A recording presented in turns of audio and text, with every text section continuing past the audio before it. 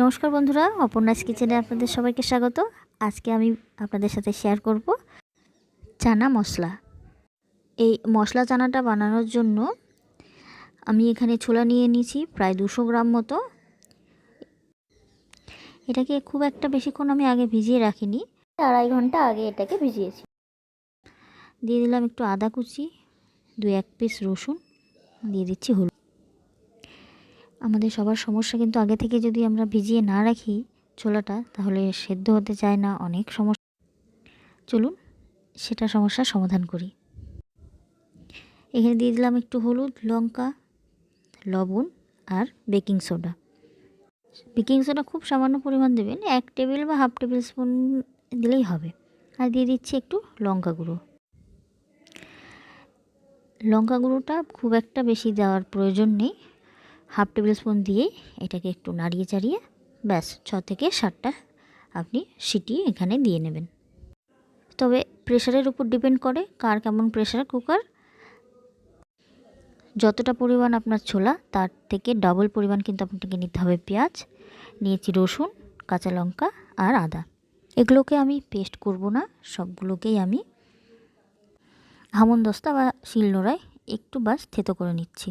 যতটা সম্ভব ততটা আপনি থেতো করে নেবেন। সবগুলো মশলাই সেম, কারণ যেহেতু এটা আমার চানা মশলা, তো চানার সঙ্গে যখন মশলাটাই মুখে যদি না আসে তাহলে সেটা খেতেও অতটা ভালো লাগবে না। এইভাবে বানিয়ে একবার দেখবেন, আশা করছি আপনাদের খুবই ভালো লাগবে। এবারে কড়াইতে সাদা তেল আর সর্ষের তেল একসঙ্গে দিয়ে দিলাম। এটা যতক্ষণ না গরম হচ্ছে আমি একটু নাড়াচ্ছি। দিয়ে দিচ্ছি কিছু গোটা মশলা। তেলটা কিন্তু আমার যথেষ্ট পরিমাণ গরম হয়ে গেছে। এবার দেখুন লবঙ্গটা একটু ফাটবে, এই যে দেখেছেন। এখন কিন্তু সাবধানে অবশ্যই এই টাইমটা থাকবেন, তেলের পাশাপাশি না থেকে একটু দূরেই থাকবেন, কারণ লবঙ্গ কিন্তু আমাদের তেলে দিলে একটু ফুটে। দিয়ে দিলাম 1টা বা 2টো তেজপাতা, তারপরে দিয়ে দিচ্ছি আমার ছেঁচে নেওয়া মশলাগুলো। এই মশলাগুলো 1 মিনিট মতন একটু ফ্রাই করে নিয়ে দিয়ে দেবো সমস্ত পেঁয়াজগুলো। এই রেসিপিটা যতটা তাড়াতাড়ি করা সম্ভব ততটাই কিন্তু খেতে ভালো। আপনারা আরও শর্টকাট ব্যবহার করতে পারেন। প্রেসার কুকারে ডাইরেক্ট এটা মশলাটা করে নিয়ে ডাইরেক্ট চানাগুলো দিয়ে একেবারে ডাইরেক্ট সিটি মেরে দিলে আপনাদের কিন্তু এই রেসিপিটা তৈরি হয়ে যাবে। এবারে দিয়ে দিচ্ছি কুচি কুচি করে কেটে নেওয়া টমেটো। খুব বেশি টমেটো দেওয়ার প্রয়োজন নেই। এবারে দিয়ে দিলাম লাল লঙ্কা গুঁড়ো।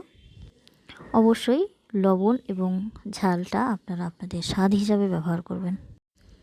এবারে মশলাটা আপনাকে কিছুক্ষণ ফ্রাই করে নিতে হবে, যতক্ষণ না এটা লাল হয়ে আসছে।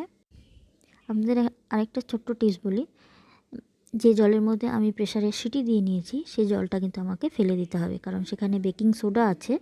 সেই জলটা যদি আমরা এখানে ব্যবহার করি তাহলে কিন্তু গ্যাস অ্যাসিড হয়ে যেতে পারে। এবারে নিয়ে নিচ্ছি একটু টক দই, সেখানে দিয়ে দিলাম কাশ্মীরি লঙ্কা গুঁড়ো, দিয়ে দিচ্ছি জিরে গুঁড়ো, এবার দেব ধনে গুঁড়ো, হলুদ গুঁড়ো, লবণ। লবণটা আপনারা স্বাদ হিসেবে ব্যবহার করবেন। এটাকে ভালো করে একটু মিক্সচার করে নিতে হবে। এবারে ভাজা মশলাগুলোর মধ্যে আমি গ্রেভিটা অ্যাড করব। এখানে যদি প্রয়োজন হয় আপনারা সামান্য একটু জল ব্যবহার করতে পারেন, আর যদি প্রয়োজন না হয় জল ব্যবহার করার দরকার নেই। তো আমার একটু জল লাগবে, যার জন্য আমি এটা ধুয়ে জল দিয়ে নিচ্ছি। খুব একটা জল না ব্যবহার করাই ভালো। আমি আবারও বলছি, আপনারা চানা অনেকভাবে খেয়েছেন, একবার যদি এভাবে খেয়ে দেখেন তাহলে আমি আশা করছি অন্য সব রকম চানার স্বাদ আপনারা ভুলে যাবেন।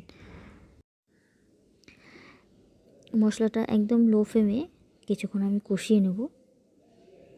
উপর থেকে দেখতে পাচ্ছেন তেল বেরিয়ে এসছে, মনে হতে পারে আপনাদের যে তেল অনেকটা পরিমাণ দিয়ে দিয়েছি।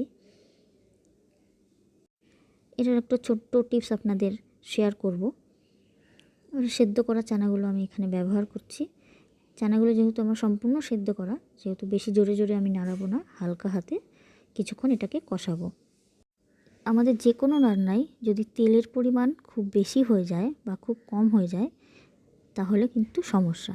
খুব একটা কম হয়ে গেলেও খেতে ভালো হয় না, মনে হয় একেবারে সেদ্ধ সেদ্ধ খাচ্ছি, টেস্ট আসে না। আবার বেশি হয়ে গেলেও সেটা কিন্তু খুব স্পাইসি আর আমাদের স্বাস্থ্যের পক্ষেও খারাপ। কিন্তু তেলের পরিমাণটা না দিলেও কিন্তু আমাদের খাবার রান্না ভালো হয় না, সেই জন্য তেলটা আমরা ঠিক ব্যবহার করব। দিয়ে দিলাম একটু এখানে চিনি। তেলটা আমরা ব্যবহার করব, কিন্তু রান্না করার পরে আমাদের যে তেলটা ছেড়ে দেয় সেই তেলটাকে আমরা যদি ফেলে দিই তাহলে কিন্তু আমাদের কোনো ক্ষতি করবে না। আমার রান্নার মতো টেস্ট হয়ে গেল আর আমার ক্ষতিও হলো না। তো আপনারা তেলটাকে আগে ঠিকই ব্যবহার করবেন, কিন্তু পরে সেটাকে আপনারা ফেলে দিতে পারেন। তাহলে হয়ে গেল না, এটা একটা মজার একটা টিপস। এবারে একটু ঘি দিয়ে নিলাম। হ্যাঁ, আমার রেসিপিটা যদি আপনাদের ভালো লেগে থাকে, ঝটপট এই রেসিপিটা, তাহলে অবশ্যই শেয়ার করবেন বন্ধুদের সাথে, আমার রেসিপিটাতে লাইক করবেন। আর যদি নতুন বন্ধু হয়ে থাকেন আমার চ্যানেলটাকে অবশ্যই সাবস্ক্রাইব করবেন আরও নতুন নতুন ভিডিও পাওয়ার জন্য। উফ, দেখতেই কত সুন্দর মনে হচ্ছে, খেতে কিন্তু একেবারে অসাধারণ। আমি আরও একবার আপনাদেরকে বলবো, অবশ্যই এই রেসিপিটা একবার আপনারা বাড়িতে ট্রাই করে দেখবেন।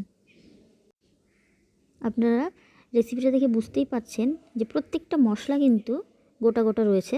এটা যখন খাবেন প্রত্যেকটা মশলার আপনারা আদা বলুন, লঙ্কা, যেগুলো আমি ব্যবহার করেছি সমস্ত মশলার টেস্ট আপনারা অনুভব করতে পারবেন। স্বাদটাকে অসাধারণ খেতে লাগে।